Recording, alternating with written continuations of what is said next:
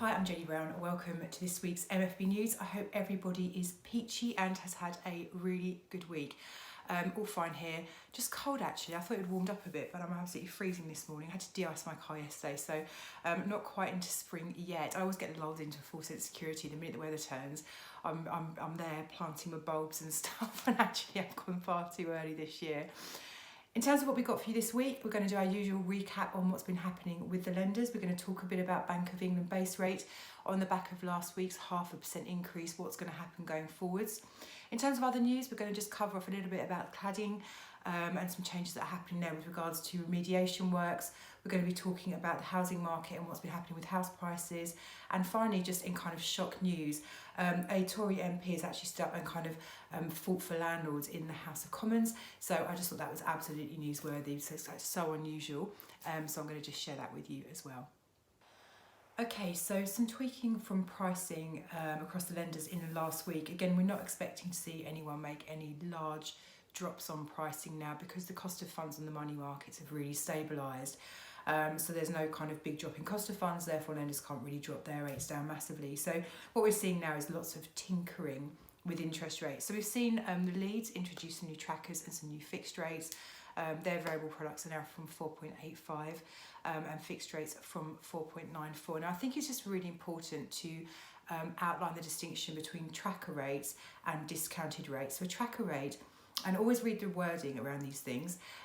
Trackers tend to be tracking the Bank of England base rate. So the wording that you would see accompanying this kind of product would be base rate plus 1% for 2 years or 3 years or for the term of the mortgage, or something along those lines. A variable rate or a discounted rate is a discount off of the lender's floating standard variable rates, but it's not necessarily directly linked to base rate. Now, some lenders do link their variable rates to base rate and some do not. So sometimes if you go for a discounted rate, you might actually still be following base rate unknowingly.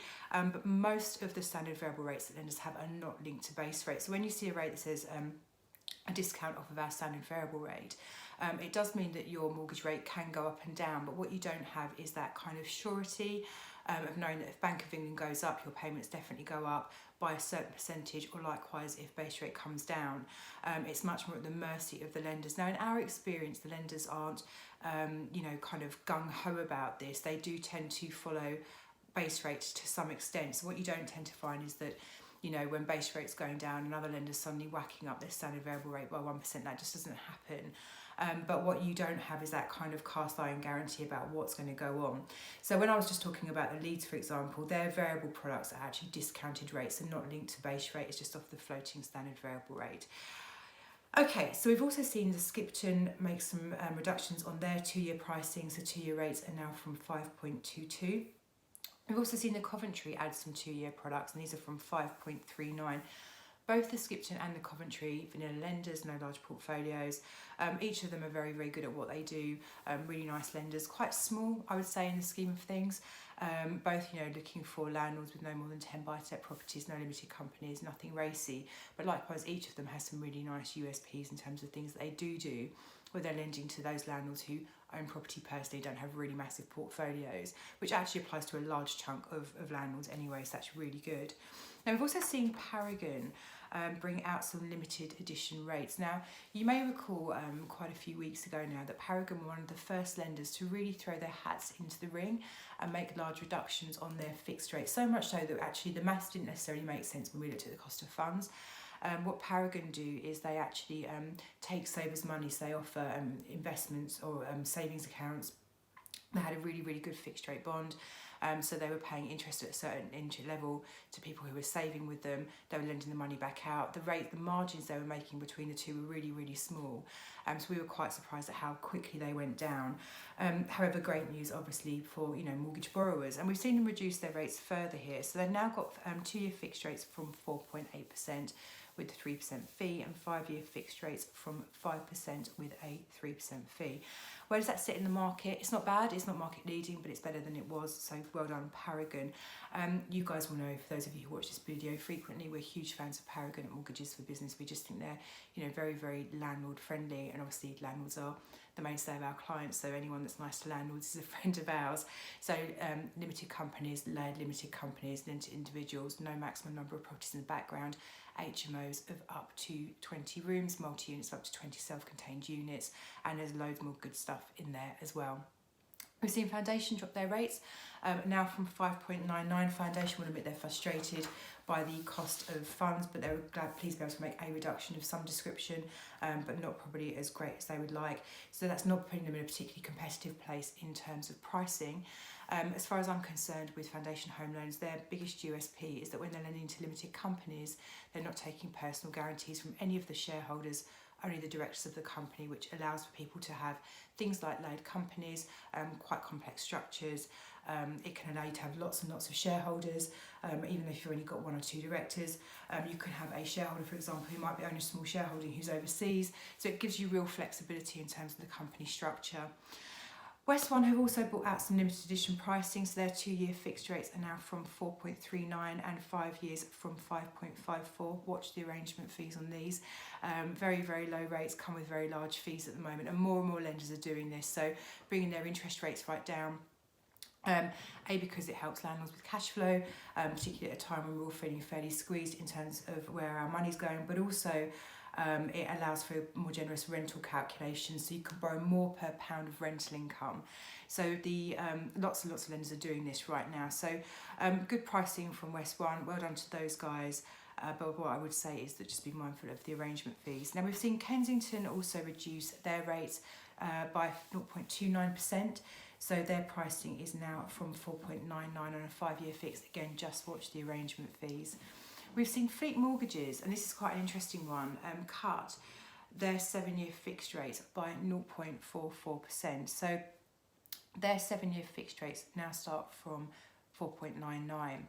Now, when we're sourcing mortgages for our clients and mortgages for business, we tend to look at overall cost over the deal period. So if it's a 5-year fixed rate, we'd be saying, well, how much interest are you going to pay over 5 years, plus the arrangement fee, plus the valuation fee, less any incentives. So for example, if there was a small amount of cash back. So we kind of look at the cost over the deal period. So when we're sourcing 5-year rates and looking at the 5-year cost, this 7-year rate is actually coming out lower than the 5-year options. Now, interestingly, a lot of people we're speaking to at the moment are saying, look, I just want to take a 2-year fix or something variable. I don't want to lock in for any longer because we kind of all know where interest rates are going to go, going up over the next kind of 12 months and then coming back down again.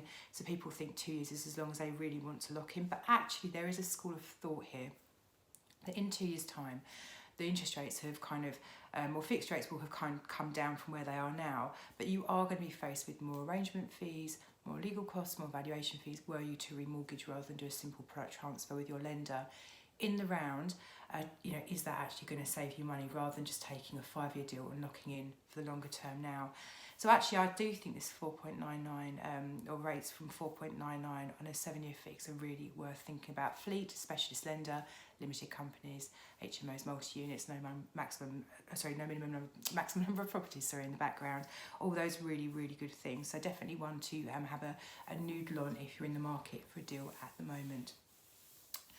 Now we've also seen, lastly, Aldermore Mortgages make reductions on their rates. Their pricing is now from 5.44. They've dropped things down by 0.97%, so quite a large reduction. These guys had been very, very cautious in terms of their repricing post mini budget horror. So it's good to see them really make a concerted effort to bring themselves back into the market. Aldermore are really fantastic. USPs for these guys, trading limited companies, can have up to 6 people in a mortgage application mode. Most lenders cap at 2 or 4. So that means that that offers some real flexibility there for applicants as well. So to round things up, where are we? So swap rates disappointingly edged back up again. So over the course of the last week, they've been coming down further and further. I think at one point they're actually 3.2 something percent, and I was getting quite excited. However, they have gone back up. So now, as of 11 o'clock last night, so just to timestamp this, it's Wednesday morning at 7 o'clock. So from 11 o'clock Tuesday evening, 5-year swap rates were at 3.541%. 2-year swap rates, incidentally, 3.944. So 2-year money is still more expensive, significantly so than 5-year money. Hence the reason your 2-year fixes are generally feeling quite expensive at the moment. So in the round, where are we? So personal borrowing, straightforward properties, 2-year fixed rates from 3.99, variable rates from 4.09, 5-year fixes I say from 4.29, but these have astronomical fees. So the reality is, I think, let's be honest, 5-year fixed rates really from 4.39%. In the limited company space, your 2-year fixed rates are from 4.39, your variable rates are 4.59, and if we ignore those 5-year fixed rates with the really enormous fees, your 5-year fixes are from 4.95%. So things are definitely very, very slowly but moving in the right direction. We are still seeing lots of lenders who are saying, yeah, we think we're going to reprice this price at some point in February. I genuinely believe by the end of February you've seen all of the repricing done. Anything after that is going to be literally lenders doing 0.1% here and there. You know, it's going to be really, really small. So for those of you who are holding off for a rate to come through, genuinely I think that come the end of February, after that point, you're going to be sort of waiting for not a lot of change. Okay, so last week the Bank of England increased base rate by 0.5%, so base rate is now at 4%, which is the highest level since 2008, so a very, very long time. It's interesting actually, for those of you who are like dinosaurs like me, actually, while it's obviously, you know, higher than it has been, we're not shocked by these numbers, whereas there's lots of people, because they haven't had to have mortgage borrowing in their lifetime, and because base rate has been so low for so long, these guys are absolutely, you know, shocked and really quite petrified by the concept of a base rate at 4.5%. So quite disconcerting times for some. And what was interesting is that the MPC, in terms of the voting, 7 members voted to increase, but actually 2 voted to keep things steady and not make an increase, which is actually quite good because previously it's been quite a unanimous decision. Now, in the meeting, the bank's MPC said that global inflation remains high, and although admitting that it is likely to have peaked across many advanced economies, including the United Kingdom. So we're over the kind of hump of inflation more than likely, and things are going to start coming down. Even so, they still decided to increase base rate. Now, the MPC's updated projections show CPI inflation falling back sharply from its current elevated level of 10.5% in December, in large part owing to past increases in energy and other goods prices falling out of the calculation of the annual rate. Annual CPI inflation is expected to fall to around 4% towards the end of this year. So in its latest bank's forecast, base rate rises, and this is the important thing here, to around 4.5% mid-2023 and falls back to just over 3.25% in 3 years' time. So for those of you who are looking for some kind of mystic meg type prediction, this isn't my prediction, although I wholeheartedly agree with it. This is actually the Bank of England's latest forecast. So base rate by 4.5% by the middle of this year. So what that means is you've got another 0.5% increase coming in at some point. We suspect it will probably be in either March or April, and then falling back over the course of 3 years to 3.25%. House prices. The latest nationwide house price index has shown a further slowing in annual house price growth to 1.1% in the year's first month from 2.8% in December 2022. Now, Rob Gardner, who's the chief economist at the Nationwide Building Society, has said that while there are some encouraging signs that mortgage rates are normalising, it's really too early to tell whether the activity in the housing market has actually started to recover. And if you cast your mind back to previous videos, there have been some really encouraging signs in terms of the number of people getting their houses valued to sell, the number of people signing up with agents to view properties. So there has been a big kind of rebound after Christmas, so encouraging signs there, plus the mortgage rates are starting to kind of normalise, which give people some comfort. However, the fall in house purchase approvals in December reported by the Bank of England largely reflects the sharp decline in mortgage applications following the mini budget, and here I'm still quoting Rob Gardner here. It will be hard for the market to regain much momentum in the near term as economic headwinds are set to remain strong, with real earnings likely to fall further and the labour market widely projected to weaken as the economy shrinks. So I think really what we can deduce from this is that actually, as predicted, it won't come to a shock to any of you, the brakes are really on house price growth. We're now 1.1%. The average house price is now at 258,297. So it fell in January by 0.6%. So things certainly are really plateauing. But actually, there are some signs that things may be not quite as bad as people predicted, but it's just a little bit too early to tell just now. Okay, now for those of you with properties which have some unsafe cladding or other adornments, there's been some really good news. So developers have now received legally binding contracts that are going to commit them to pay to repair unsafe buildings. So the government has set a 6-week deadline for developers to sign the legal agreements and is warning that companies who fail to sign and comply with the terms of the contract are going to face significant consequences.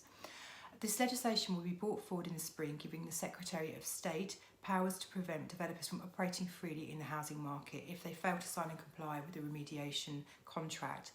Now, this contract that's been drawn up by the Department for Levelling Up Housing and Communities will protect thousands of leaseholders across hundreds of buildings in England. So under this contract, developers will commit an estimated $2 billion or more for repairs to buildings they developed or refurbished over the past 30 years.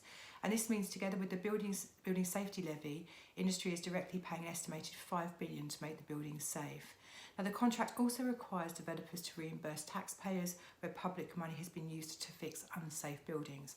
So this is really fantastic. And we have over time come across lots and lots of people who own flats in buildings where there is remediation work required.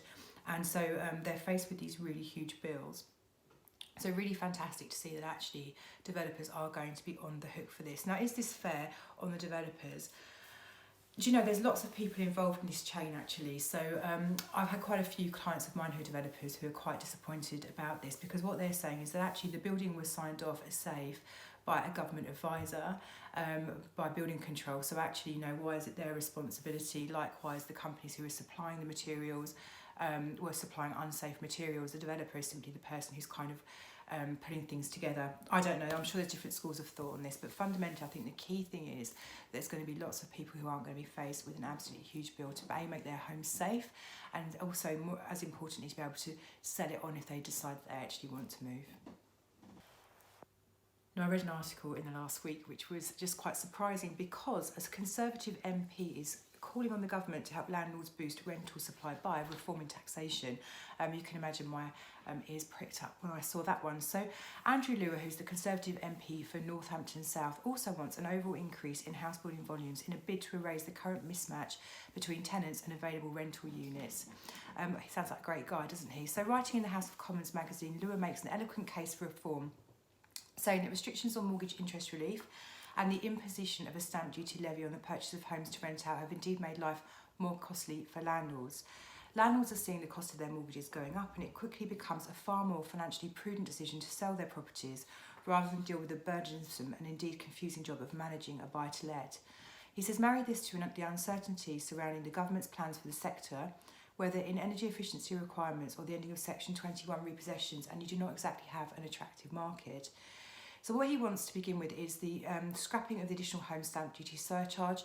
His claim here is that this would see 900,000 new private rented homes available in the UK over the next decade, and would lead to £10 billion boost to the government revenue through increased tax receipts. He also wants an unfreezing of local housing allowance and greater security on future rental regulations to encourage long-term investment. So look, let's hope that those MPs who read this magazine listen very, very well, because actually everything he's saying I think we can all really relate to. But like I say, it was just really nice to see an MP fighting the landlord's corner this week. So there you go, that's it for another week from us. Thank you as always for joining us. If you have any questions, do give us a call, 0345 345 6788, or have a look at our website. Have a wonderful week. I'll catch you next time. Until then, look after yourselves and keep warm.